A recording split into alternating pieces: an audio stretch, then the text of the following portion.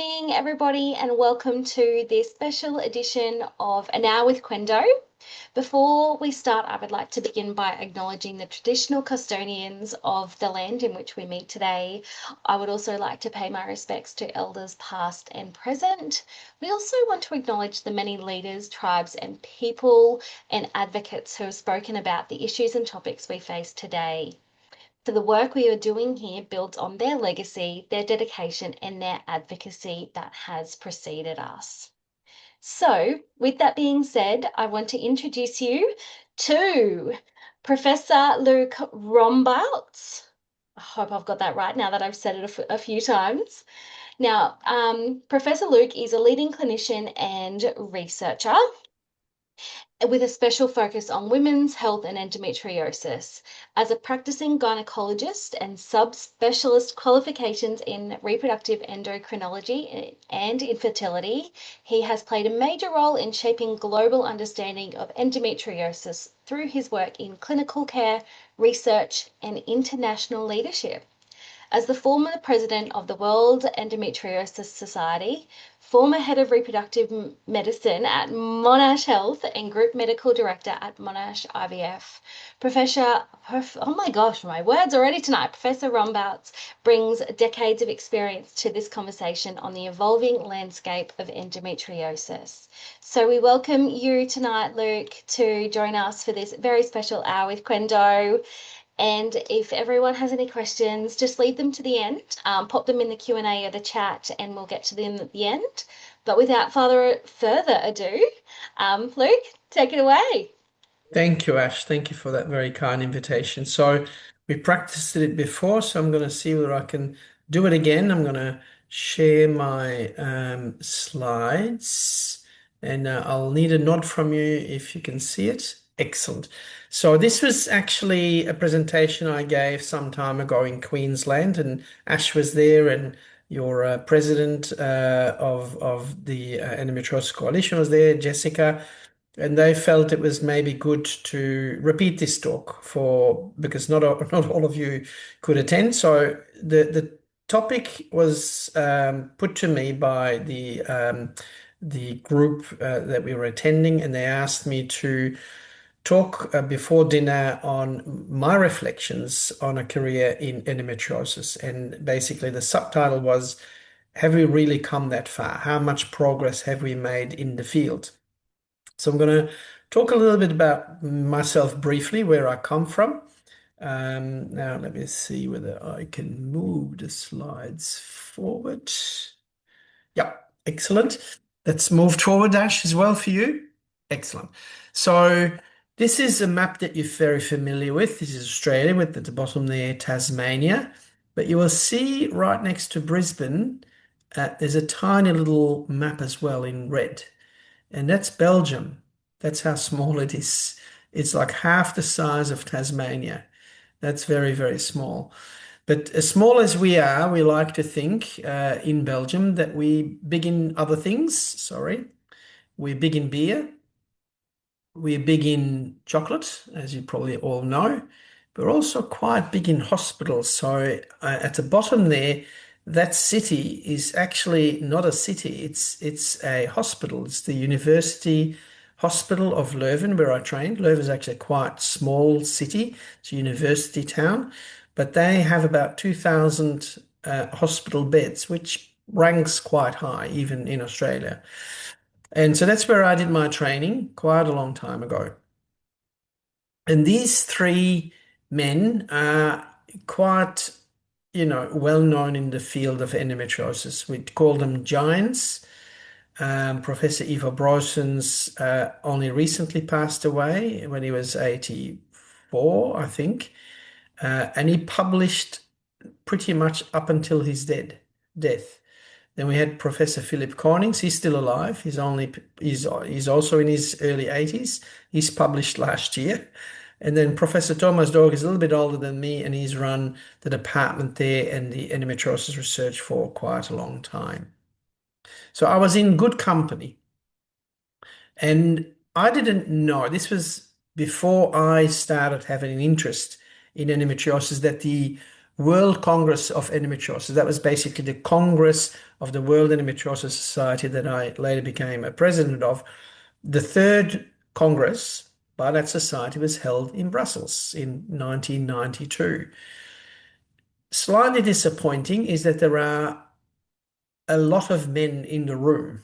They're all very smart professors. There's only one lady in the room. That lady is quite special. She was actually the then Queen of Belgium, Queen Fabiola, and she it was never said out loud, but the myth was, or the rumor was, that she was not able to have children of her own. So the royal house was left without children. So they had to then wait for like her brother-in-law to take the throne, and they then continued the line. But the rumor was that she was infertile because of endometriosis. You won't, because I've looked for evidence online, but that was certainly what was said in the corridors of the university hospital. And so 1992 was when the Congress was held, and my first touch point with endometriosis when this professor here on the well, my left of the Queen, that was Professor Ivo Brosens. He asked me to help me help him, sorry, make some illustrations for a paper that he wanted to publish. So you can see he's the first author there at the bottom, Ivo Brosens. And he knew that I could draw. And he said, look, would you be interested in making some drawings to help illustrate my concept of endometriosis as a cycle? And I said, sure, happy to do that. And I was having these big hopes that I would be a co-author, which I was, but like you could see, it was my contribution was as an artist for the drawings.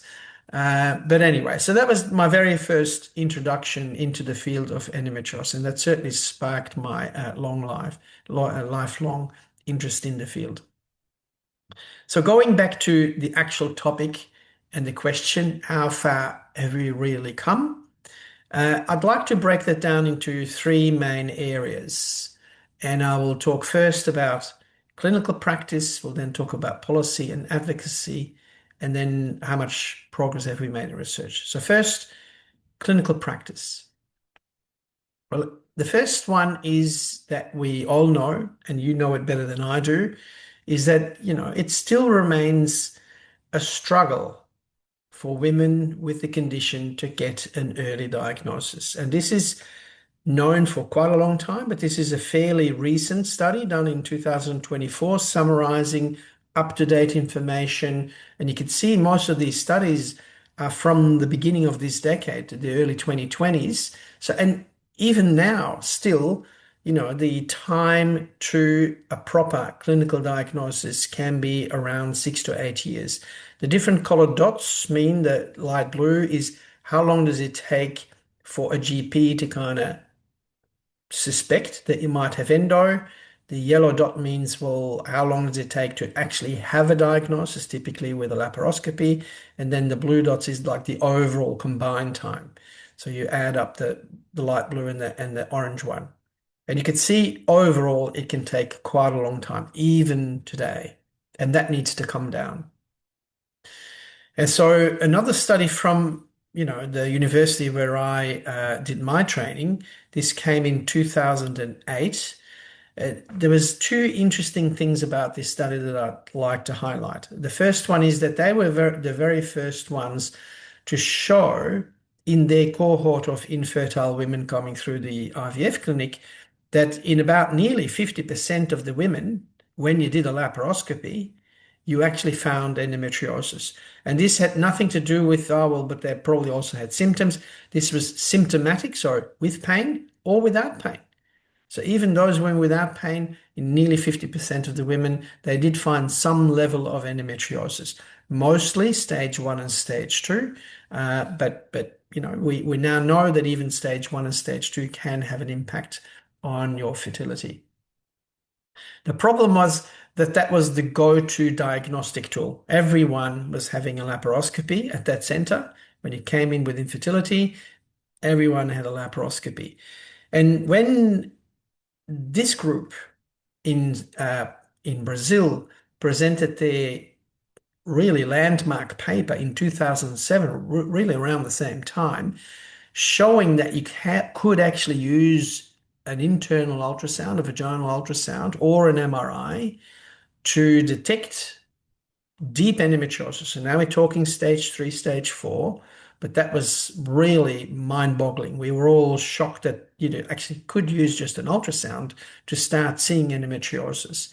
And so we actually sent off my then wife to Brazil to go and learn these techniques. She came back and she started teaching lots of other people. And so now we're blessed in Australia, certainly in the major cities, with lots of qualified people who can actually detect deep endometriosis on an ultrasound.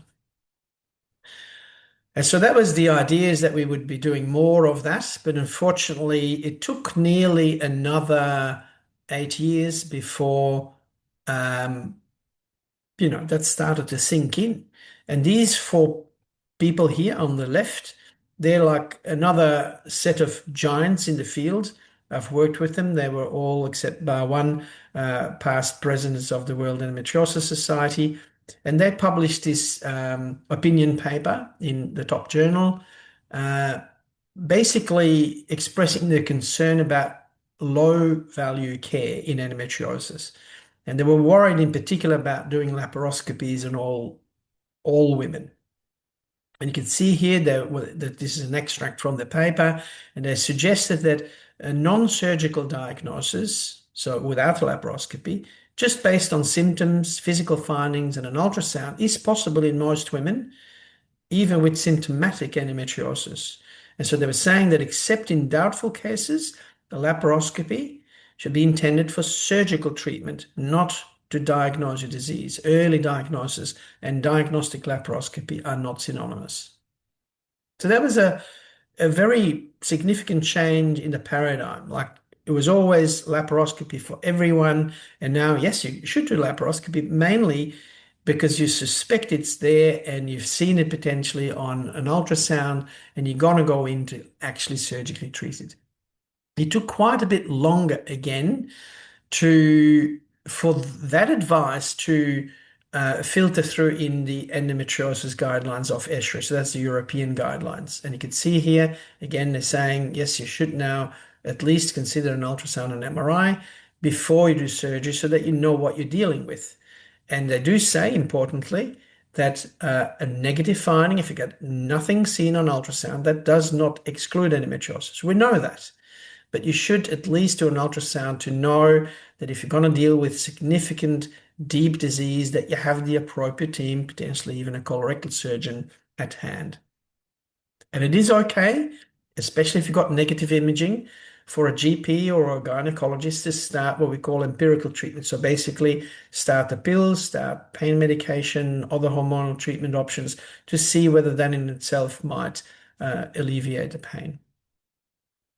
And so what we've basically seen over the many years is that there's been this trend, a change in the way we approach the management of women like yourselves. And so it's gone from unimodal meaning it was surgery for everything, offered by one specialist, a gynecologist, to becoming more like a multimodal approach, where we deal with pain specialists in the more severe cases where we really are out of our depth. Like, it's like we need an anaesthetist to kind of tell us what sort of pain medications can be used in combination. We obviously rely very much on pelvic floor therapists.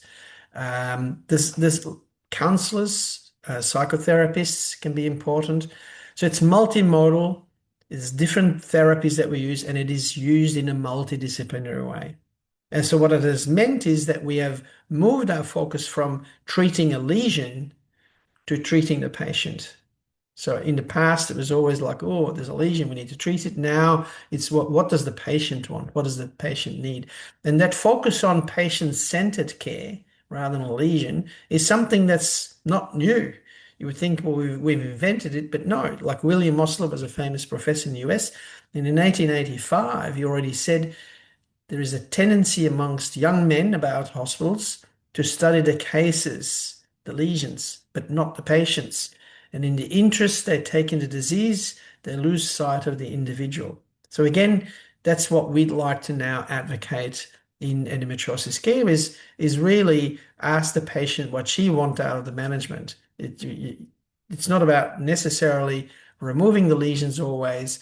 It is asking what is important to you, what are your goals? And it's nice to see that and that's not a pun, well, it is a pun. It's nice to see that the NICE guidelines, that's the English ones, have now incorporated that in their guidelines. So they say you should offer endometriosis treatment according to the women's symptoms, but also their preferences and priorities. Ask her what it is that she wants out of that management. And so now we have tools also to develop patient-centered care. So this is a questionnaire that's been completely validated, again, developed in the university where I did my original training. And I've met Eileen Dunsett. She's extremely good and passionate about this field. And it's basically a questionnaire that you can run in a hospital to see how patient-centered the care is that they are developing. And you can see where your weaknesses are as a hospital or a multidisciplinary team, and then you can work on strengthening those. And this is just an example of the things you can do. So you can see here on the y-axis on the left, this is all of the questions that were in a questionnaire were scored based on how important the patients felt that that question was. And then at the bottom on the x-axis, you could see how they were reacting to the question. Was that something that was indeed appropriately dealt with, or did they feel that there could be some improvement? And you can see on the upper left quadrant, those were important questions and they were scoring pretty good. There was a low negative performance. So those were issues that didn't need further improvement. The ones that are on the above the line, but more on the right, those are the targets for improvement. And you can see some of the examples on the right there. So one of the issues was, did I receive practical information and advice on self-care before the operation? I received practical information and advice on self-care after the operation. Lots of questions around that. And so you can then see what targets where you need to focus your attention if you're a endometriosis care center to try and improve patient-centered care. And it's good to know that, giving patients agency, like self-determination, is now a thing and it's important. And the good news is Australia is doing really, really well. This is a study that was published by Australian authors. Louise Hull is probably well known by all of you. Rebecca O'Hara, Melissa Parker, she's a nurse as well, does excellent work. And the study that they published was when they looked at apps, patient apps, that you're probably familiar with all of them.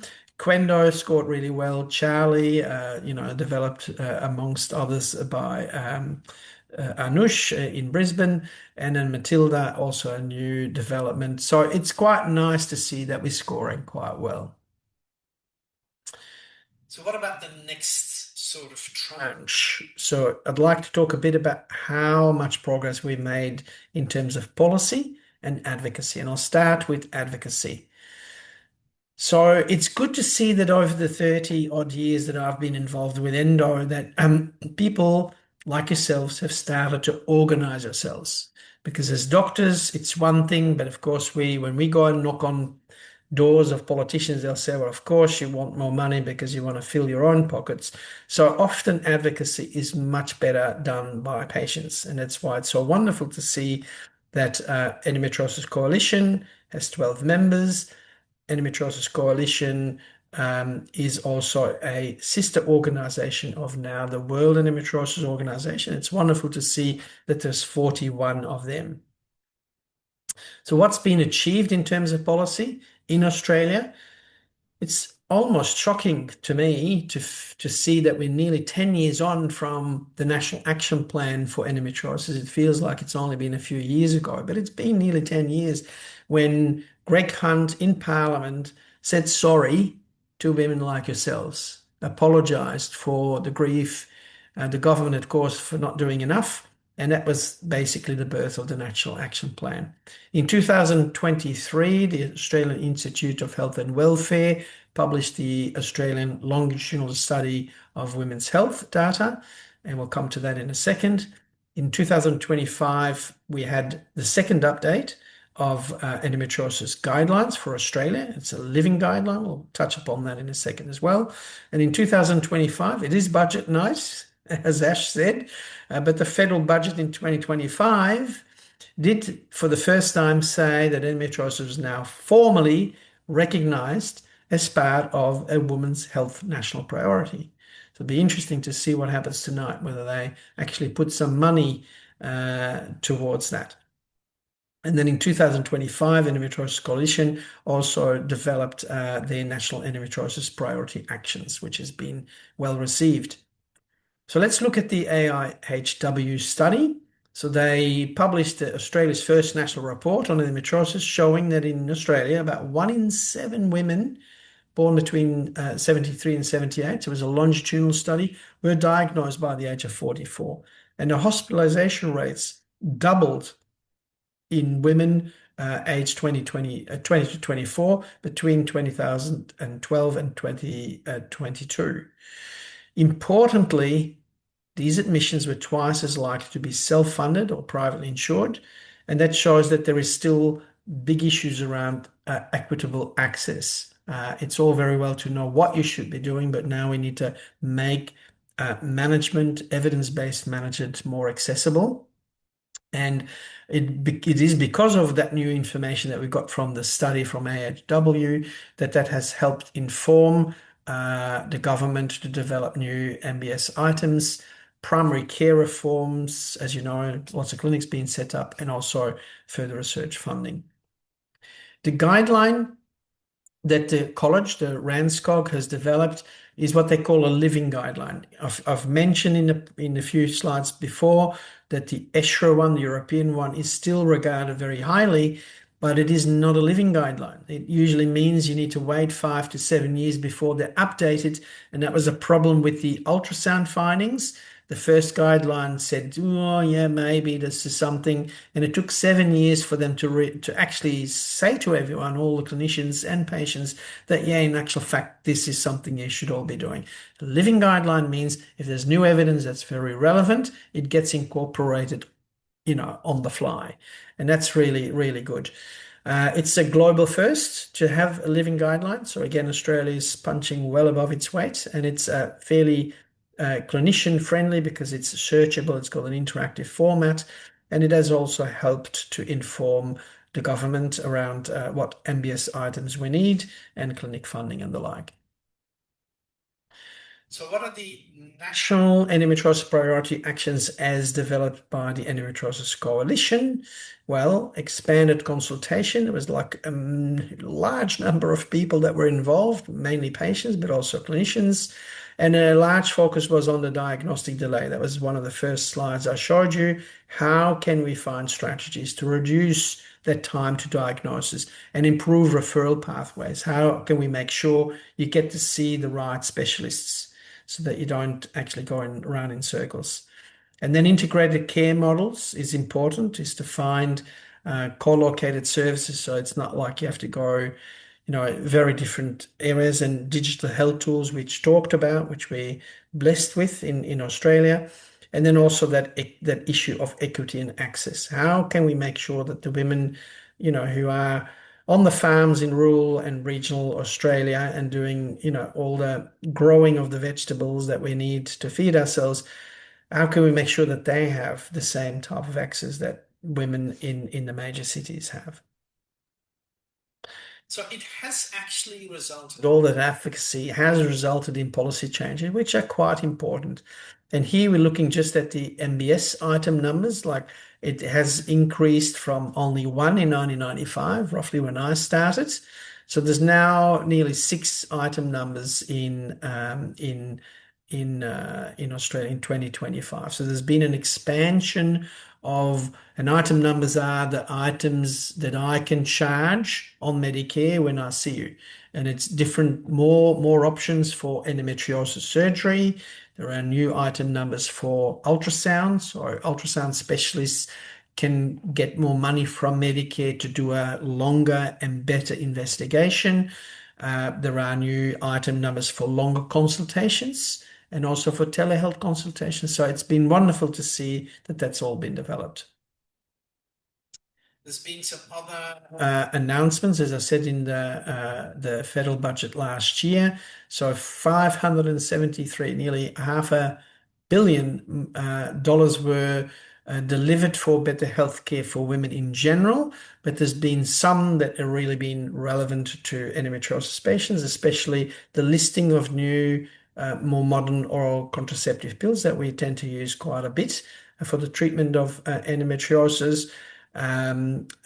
Lower cost and better access to long-term contraceptives. That's your Mirenas and your Implanons, and the opening of a new set of 11 GP clinics, making it a total of 33. So that's wonderful. And contraceptives are now directly available from pharmacies, which makes it much easier for women who need to be on them for long term to just, hop in the pharmacy and get them without a script. Now, let's look what's been happening in the US, because we often complain about what we do in Australia and everything's bad. And yeah, there's certainly room for improvement, but let's compare ourselves with the US. So in the US, so we had the National Action Plan. In the US, there was something similar developed, the Endometriosis Care Act, which was first introduced by Representative Lauren Underwood in 2022. I don't know how they decided to refer that to the House Committee on Energy and Commerce, probably to kill the bill, because yes, it didn't advance. And then in 2024, it was picked up again by another representative. But as of now, 2024, that bill remains in a committee and it has not progressed further. And with the current RFK Jr. in charge of health in America, I suspect nothing much will happen. So we're actually doing quite well again. That's the positive message. So if we look in Europe, what's happening in Europe, the cost of endometriosis associated sick leave in the EU is estimated to be about 30 billion euros annually. So multiply that by 1.6 to get that in Australian dollars. So that's what, nearly $45 billion annually. And there was a motion put to the EU Parliament because a lot of patients and researchers were worried that only 0.02% of all the research projects that got funded in the EU were related to endometriosis, or in other words, 27 out of 145,000 research projects were for endometriosis. And compared to that, compared to the 27 for endo, 410 were funded for anxiety. You would think that endometriosis certainly deserves a better outcome. And so they asked these two questions. They said, does the Commission agree that the funding dedicated to the endometriosis at EU level is not aligned with the enormous burden attributable to the disease in the EU? And what are the reasons for this substantial underrepresentation of endometriosis among projects funded at the EU level? And the response they got back was, I'll just read you the last paragraph. In this regard, the quality of proposed research in submitted proposals is what defines which projects will be funded and which contributes to the thematic research portfolio. The problem with that is that diseases like brain health, cardiovascular health, prostate health have always traditionally been funded well because old politicians tend to be men, and that's where the money is always gone. Now, if you're, of course, have always received a lot of money to do research in those areas, then your research is going to be high quality because you can rely on past research. It's a circular reasoning. You need to start realizing this is a burden, and you need to start funding not based on prior quality of research teams. You need to start funding based on the burden that it represents to the population. So what has been happening in the research field? Well, we made quite a lot of advances. Scientific advances certainly show that we're going up in an exponential way. So that's really good. You can see that in 2024, annually, we get nearly 2,500 papers published, which is massive. Um, and then if you look at funding for research in the US between 2008 and 2016, the NIH, National Institutes of Health, funded endometriosis somewhere between 7 and 12 million per year. And that funding unfortunately dropped in 2017. Then there was again gradual increase following local advocacy and awareness campaigns. And the funding reached about 28 million US dollars, reflecting finally that there was indeed a recognition of the burden of endometriosis as a public health issue. Now, I give you those figures because I want to again contrast them what happens in Australia. So in Australia, so we're looking here, I'm going back one step. So 28 million in 2024. Keep that in mind, it's US dollars. But this is what happens in 2024 in Australia. So we're sitting at $90 million. And you can see how quickly this has increased. So when I started off in Australia, it was virtually nothing. And then we had the National Action Plan announced in 2018, and bang, see what happened. And this is because of your advocacy, by and large. This is what you should be proud of. And if we then compare the proportion of funding towards different kind of chronic conditions in the US versus Australia, you could see that diabetes is sort of funded relatively equally. Much more funding in the US towards Alzheimer's disease. But if you look at endometriosis, again, it's, in my opinion, still underfunded in Australia, but we're doing an awful lot better than in the US. It's nice to see that there's been now also a realization that little research groups in universities can't find, what we need is basically a cure. We need to be ambitious. And so we've seen collaboration around the world. Worth Effect is one of them. So I was part of that group as well. The World Endometriosis Research Foundation has developed lots of guidelines around how to do research in a way that we can then collaborate, so that we're not using different methodologies. Then we've got the International Endogene Consortium, Brisbane's playing a big part in that with Grant Montgomery and others, but they're combining with Oxford as well. So it's nice to see that they're pooling all their resources together. Female is another project, mainly in Europe, and then philanthropy is starting to make a mark. In America, we have the Endometriosis Foundation of America. But again, we're proud to announce that the Grevillea Foundation, I sit on that board. So that's basically an initiative by the Ainsworth family. Lily Ainsworth was a patient like all of you, and she convinced her parents to donate $50 million through the Grevillea Foundation towards a new institute that's sitting within the University of New South Wales called the Airy Institute, and it's exciting. So that's $5 million over 10 years, and that means that we can now have researchers think in the long term. If you need to get funding from the NHMRC, they want to see your results in 3 years' time, 4 years maybe, but usually 3-year timeframes, which means as a researcher, you're going to ask the small questions, because you need to have those results in 3 years' time to try and get more money for the next 3 years. If you have a long-term perspective over 10 years, you can ask the ambitious questions. You can start asking questions around the cure. What is the cure? It's a tough question to ask, but you can only do it if you've got long-term funding.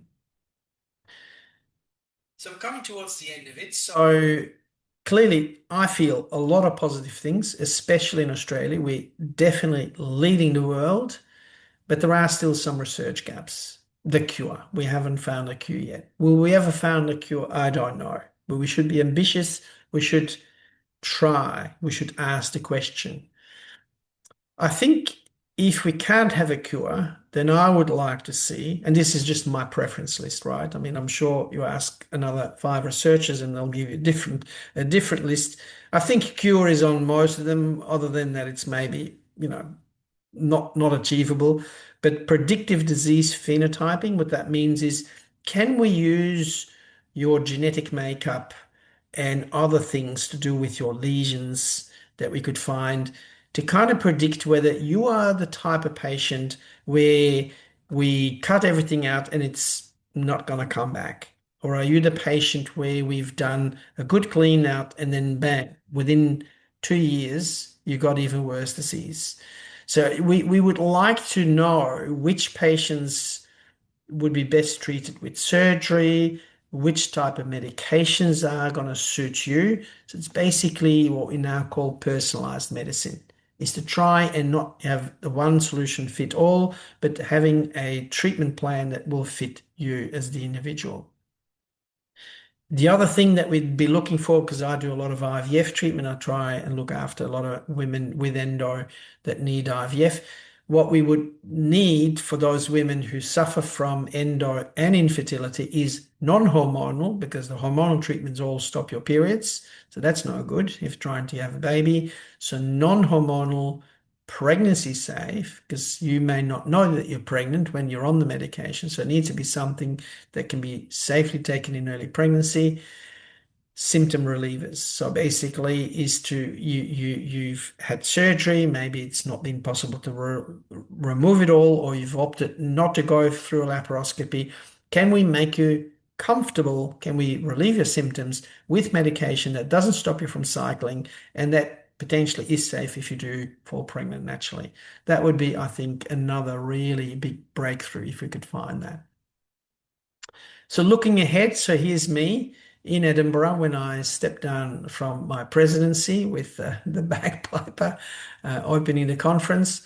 Look, I hope I've given you a positive outlook. And I'm going to show you this last slide again from an Australian artist who does a lot of ceramic work expressing, I guess, her dealing with endometriosis. And this is I feel a very beautiful artwork, and it really speaks to me quite a lot.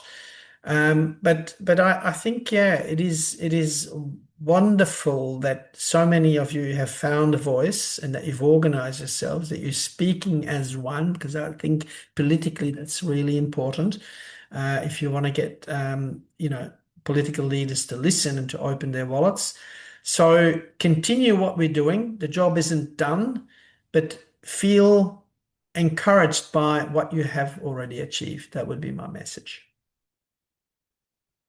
And that's it for me. And that's it. That's so, thank you. I must admit, hearing it back in November and then hearing it again now, it's just really, putting my mind we're on the right path, we're doing the right things. We just need those change makers to really listen to us and, help with that funding, help, and we just have to keep doing what we're doing. So that is really good. Yes, it is budget night for federal budget. So hopefully, fingers crossed, there is something in it 20 minutes. for 20 20, minutes on the 20 clock. minutes. I'll be ready by the couch, ready to see what happens. So, thank you so much. Luke, it's been, absolutely amazing to hear that and, to just share, that there's actually something being done, there's no pause, it's just continuously going. I don't know whether we have any questions. I don't have any that have come through. So I reckon, unless anyone has anything quickly to tie, I don't know whether or not anyone has, but that is okay. On behalf of everyone at Team Quendo, I want to thank you for coming on and sharing all this with us, giving people hope and just knowledge that there are people out there that care, that they do want our voices to be heard, because a lot of the time we're out there and advocating and it's like, who actually listens to us? What actually is going to get done? So it's really refreshing. Thank you. And Look, let's hope we get some more money out of this budget so we can keep doing all the good things. Thumbs up. Thumbs up. Fingers Thumbs crossed. up. All That's right. it. All right, everyone, you have a wonderful night. What's this? We've got hopefully the ACT government inquiry on Thursday. Yes, yes, thank you for that one. There is a inquiry into endometriosis and pelvic pain happening on the state level in the ACT. So hopefully something also comes out of that, which would be Yeah, amazing. it keeps happening in Victoria. For unfortunate reasons, the government's now said that, you have to have Mm-hmm. an ultrasound in a public hospital.